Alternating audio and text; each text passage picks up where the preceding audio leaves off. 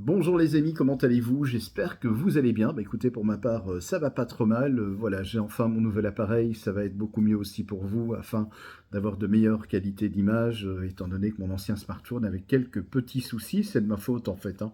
Je l'ai laissé au soleil en Italie, il a eu un coup de chaud et j'ai abîmé l'appareil photo.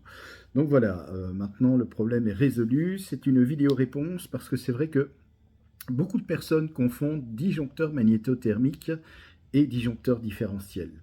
Il y a quand même une grande nuance entre les deux. C'est vrai que sur les disjoncteurs différentiels, que ce soit des 300 mA ou des 30 mA, on peut y voir disjoncteur différentiel 300 mA, 63 ampères.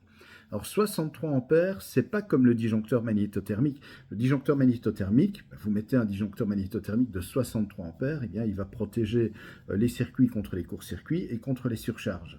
63 ampères, en fait, c'est le maximum d'ampérage qui va laisser passer. Si vous consommez plus de 63 ampères, et bien là, ce sera en surcharge et il va déclencher.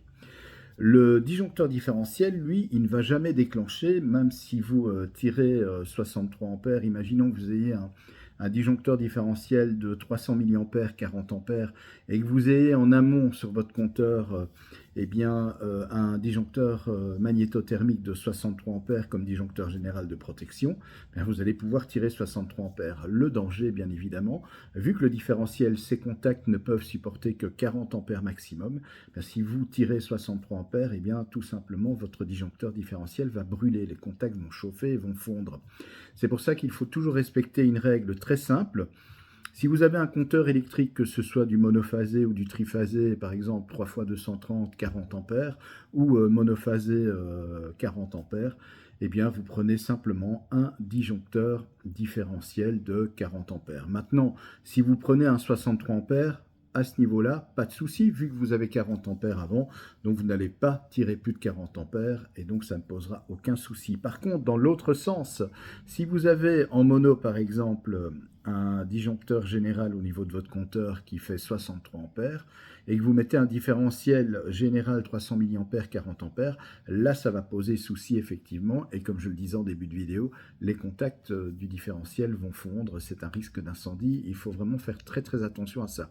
Donc si vous avez 40 ampères, eh bien, vous pouvez prendre un disjoncteur différentiel 40 ampères maximum au niveau de l'ampérage, la puissance des contacts.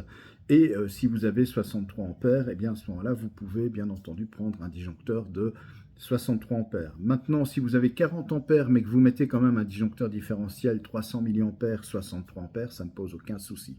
Ce qu'il faut toujours, bien sûr, c'est que la valeur du disjoncteur général soit toujours inférieure à celle, inférieure ou égale en tout cas à celle qui est au niveau des contacts du différentiel. Donc 40 ampères, eh bien là vous pouvez mettre un différentiel 40 ampères max ou 63 au niveau des contacts, ça ne posera pas de problème. Par contre, si vous avez un disjoncteur général de 63 ampères et que vous mettez un différentiel dont les contacts peuvent supporter 40 ampères maximum, là ça ne va pas. Ou alors vous devez passer par un disjoncteur magnétothermique pour redescendre l'intensité à 40 ampères. Mais c'est un peu bête puisque vous avez 63 ampères à la base. Vous ne pourrez pas donc exploiter votre installation au maximum de ses possibilités. Voilà, je réagis à cette vidéo, enfin je fais cette vidéo parce que c'est vrai que j'ai remarqué que vous confondiez un petit peu différentiel et magnétothermique, c'est deux choses bien différentes. Voilà, mais écoutez, je vous souhaite un très très bon dimanche. Merci pour vos abonnements, merci de l'intérêt que vous portez à la chaîne Fabelec. N'oubliez pas, si vous n'êtes pas abonné, parce que je remarque que beaucoup de personnes regardent mes vidéos mais ne sont pas encore abonnés, n'hésitez pas à vous abonner.